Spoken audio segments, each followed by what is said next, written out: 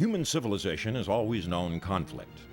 But it wasn't until the 20th century that the scope magnified to such a bloody scale as to engulf the entire world. Medal of Honor, a game that walks that others could run.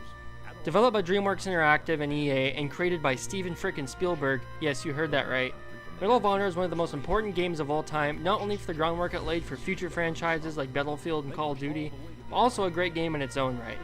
Of course, you had your Dooms, Quake, Wolfenstein, Half-Life games that were all FPSs before Medal of Honor. The Medal of Honor basically spawned a decade of World War II shooters that lasted up until Call of Duty World at War in 2008. Medal of Honor was how I started my illustrious FPS career.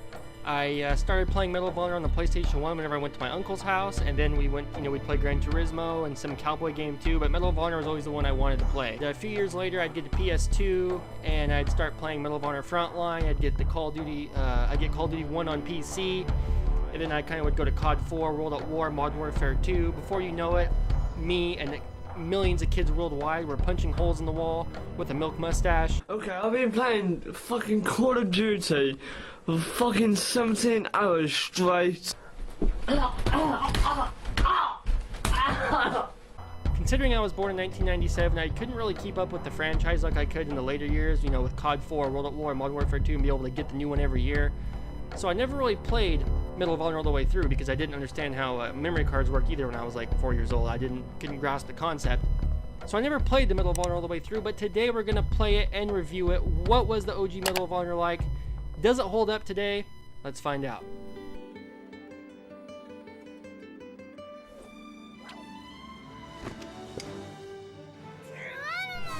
Medal of Honor opens up with a DreamWorks logo with a paratrooper jumping off the moon. Growing up, I always thought this was the coolest thing, and I still think it looks cool today. Then it cuts to a video talking about how he ended up to this point of the Second World War. The use of real footage in the intro and in the game is phenomenal. Just the intro had me feeling super nostalgic, not only for when I was young playing the game, but nostalgia for a war that ended 50 years before I was even born. After the intro, we have the main menu, which I think is set up fantastic. You have New Game, War Records. War Records is where you can load your save game. There's a gallery where you can watch the briefings you get in between missions. You can just sit there and watch them if you want.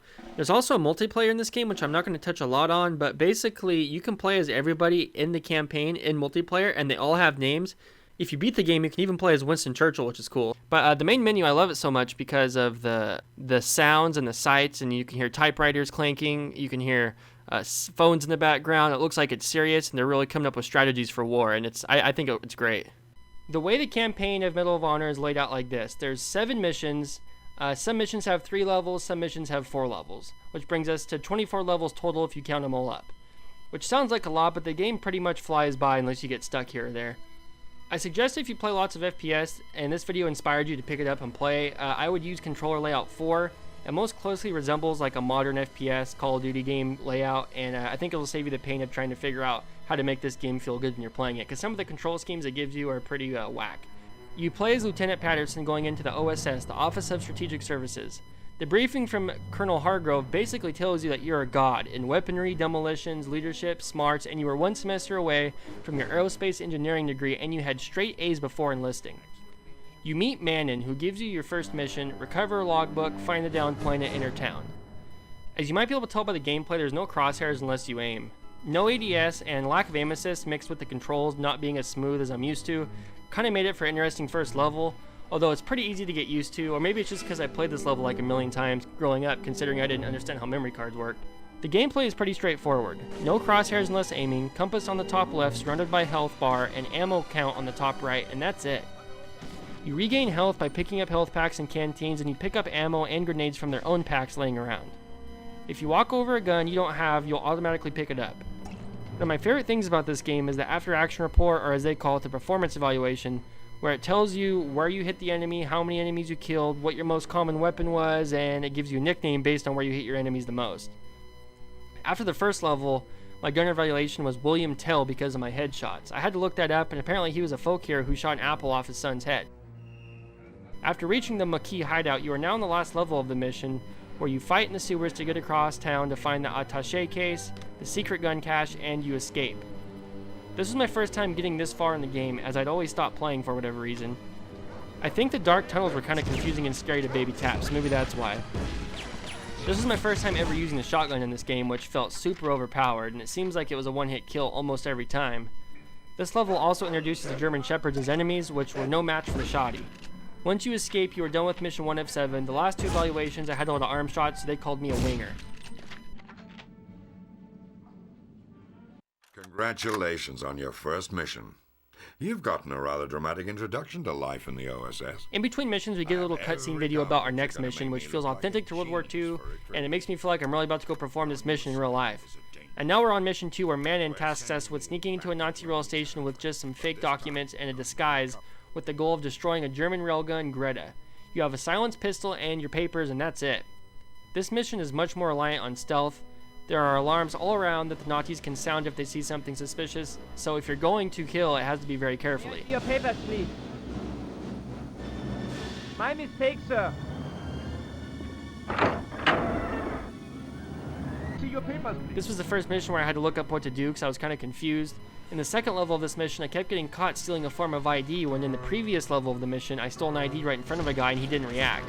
Turns out I had to slowly kind of kill everybody as I went in this level for me to get through it, so I don't know why the guy in the first level didn't react when I stole the ID right in front of him, but whatever, it's an old game.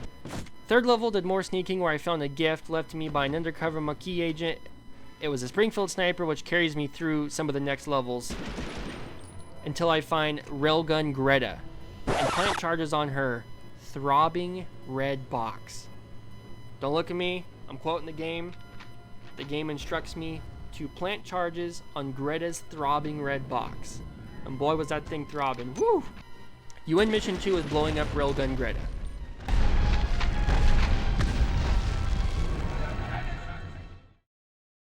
Can I help you find where you are going, sir? Forgive me, sir. Mission 3 starts out similar to Mission 2, where you are undercover and sneaking around with fake papers, occasionally killing a Nazi to get their papers to be able to get further along into the ship and into the mission. But this time the goal is to jam the engine of a German U-boat. See, in the last mission, in the beginning of this one, I would just let the enemies kill me if they rang the alarm because I figured I was caught and there was nothing else I could do. But then I had a genius idea. What if I were to kill the remaining Nazis in the area and then I simply go over to one of the alarms and press the action button and, much to my surprise, it turned off. That allowed me to finish my mission without pretty much killing myself every time just because I figured the level was over or it would be impossible to get through the level having to kill everybody in the level. So that allowed me to speed things up if I got caught. Anywho, I jammed the engine and escaped, which I assumed sinks the boat. In the second level of this mission, I realized that not only am I the best quickscoper in Medal of Honor, but also that you have to be aware of the hints that the game throws your way. For example, if the game gives you a ton of SMG ammo, you can probably continue using your MP40. But if it doesn't, only use your MP40 when you get in a bind. I had one encounter where I blew up this truck and I was getting destroyed by 2 guys with MP40s. Pretty much as soon as it blew up, they would like spawn in and start shooting me. And then I realized right then and there I have to use my MP40 in that spot or I'll pretty much die every time. So when I replayed the level, I had to conserve SMG ammo up to that moment, that way I could use the MP40 in that moment. Once in the production facility, you'll have to find some blueprints and steal some controls, and then board the U-boat, which takes you to the last level of Mission 3, where you sink the U-boat and escape before going down with it. To my point earlier, Level 3 was basically about gathering ammo for Level 4, where you are mowing down enemies in the U-boat to make a quick escape.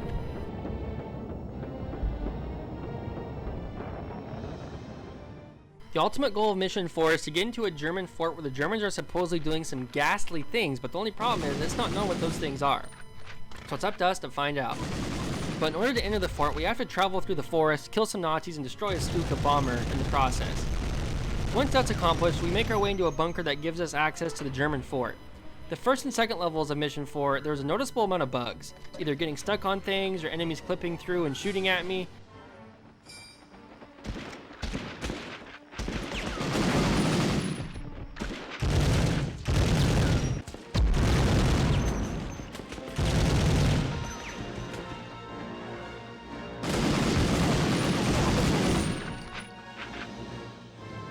Or in the last part of the mission, I was facing some guys with some gas masks on, and they basically popped up right in front of me and started shooting at me.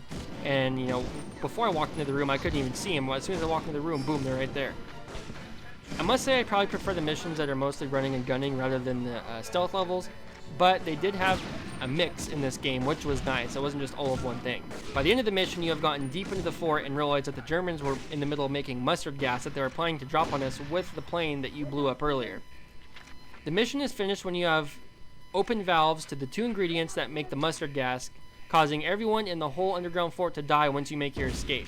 This level kind of made me miss having an arrow or a mini-map when you're playing like a campaign, because it kind of just gives you an idea of where to go. This might seem like a little nitpicky thing, but obviously it's an old game, so I'm not like sitting here reviewing it like it just came out. But sometimes it'll just tell you to escape, and you're not really quite sure where to escape to. Is it, escape back to where you came, or do you got to find a new way to escape?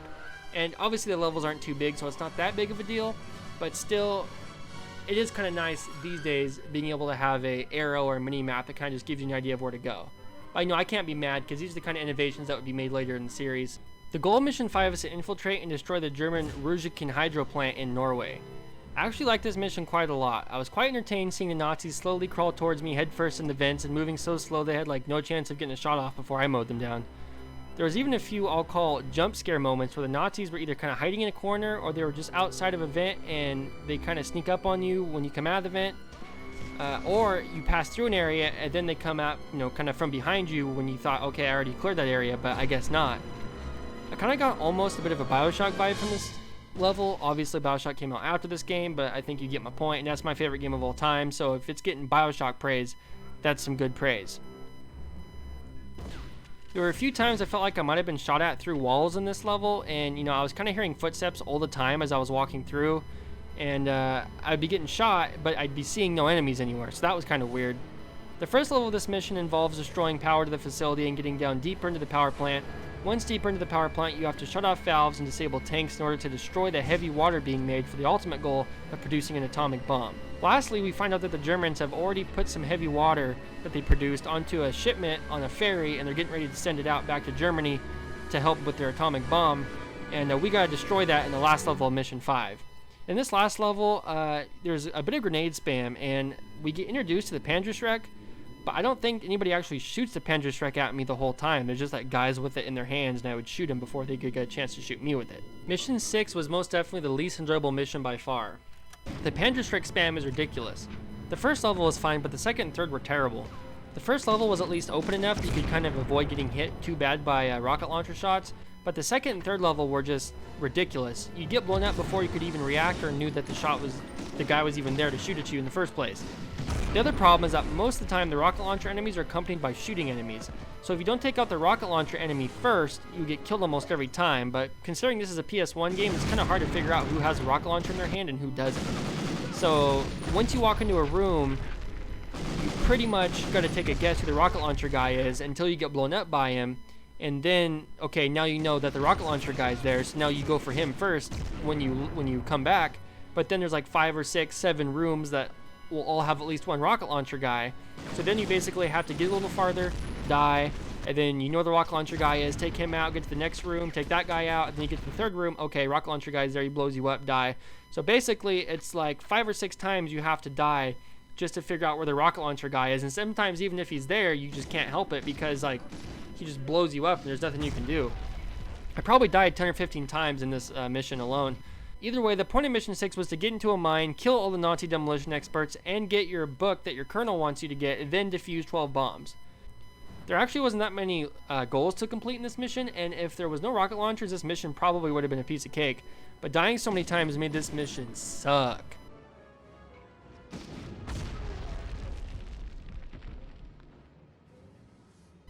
Alright, here we go. Mission 7. This is it. This is our final mission. This is the finale of Medal of Honor. And we're tasked with breaking into, sabotaging, and ultimately destroying a V-2 rocket. The weapon that many believe would have won the Germans the war had they been able to complete it before they surrendered. It's pretty much just your average walking through hallways and shooting enemies mission for the first 2 levels of the mission, although it felt like the enemies were starting to get harder and harder and harder from Mission 1 to Mission 7. It seemed like those MP40 shots were definitely hitting a lot harder than they were in the first level.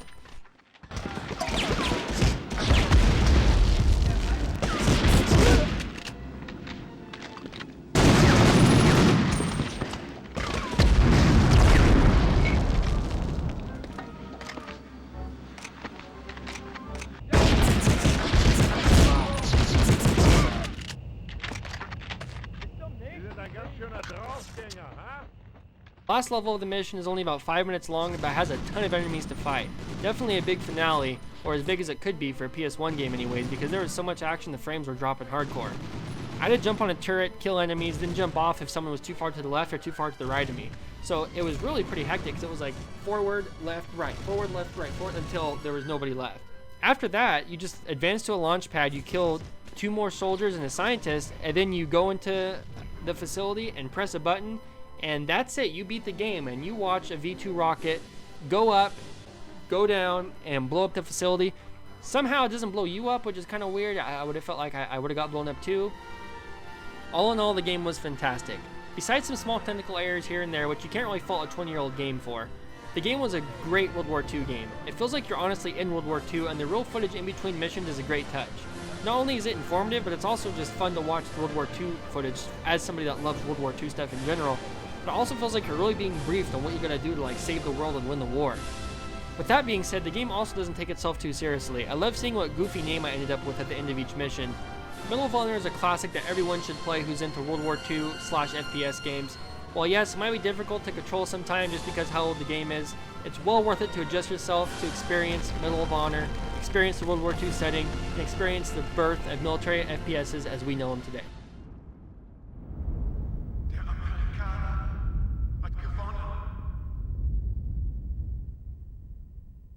Alright guys, that's the video. If you guys enjoyed the video, make sure you hit the like button, subscribe if you're new here to the channel.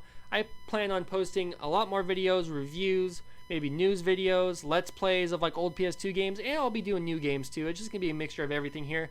I'm Tap, I play games. Thank you for watching, and I'll talk to you guys in the next video.